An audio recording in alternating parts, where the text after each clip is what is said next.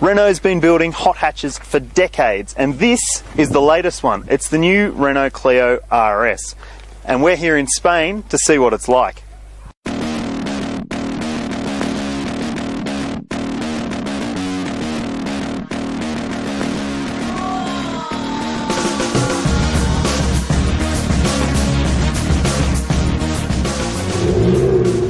The previous generation RS Clio was powered by a 2-litre naturally aspirated engine, but the new one gets a 1.6-litre turbocharged 4-cylinder, producing 147 kilowatts of power and 240 Nm of torque.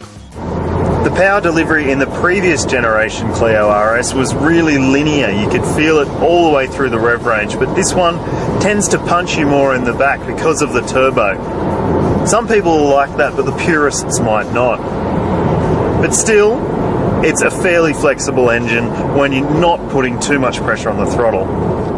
Unlike the old model, there's no manual gearbox option. Instead, it gets a 6-speed dual-clutch automatic. Once it spools up, it's got a bit of a Megane RS sort of sound to it, and it's fairly rapid.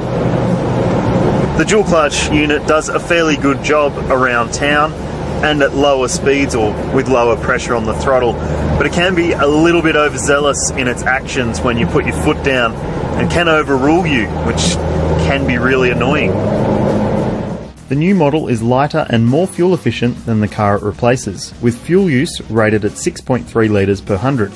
The model we're driving is built on the Sport chassis, which means it's a lot softer than the Cup version, which we'll get in Australia, which promises to be a fair bit sharper through the corners, which is good because this one's a little bit soft and feels like it could be struggling a little bit with getting the power to the ground. Still, there's decent steering feel through the corners, but it doesn't feel nearly as go-karty as the previous one did.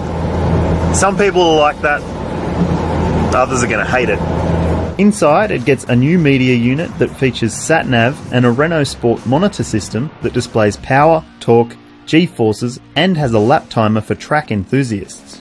The interior does feel a lot more contemporary than the previous generation version, and everything's a lot easier to use, partly because of the new big media screen in the middle of the dash, and the aircon controls are a lot more logically laid out. It's bigger in the back as well.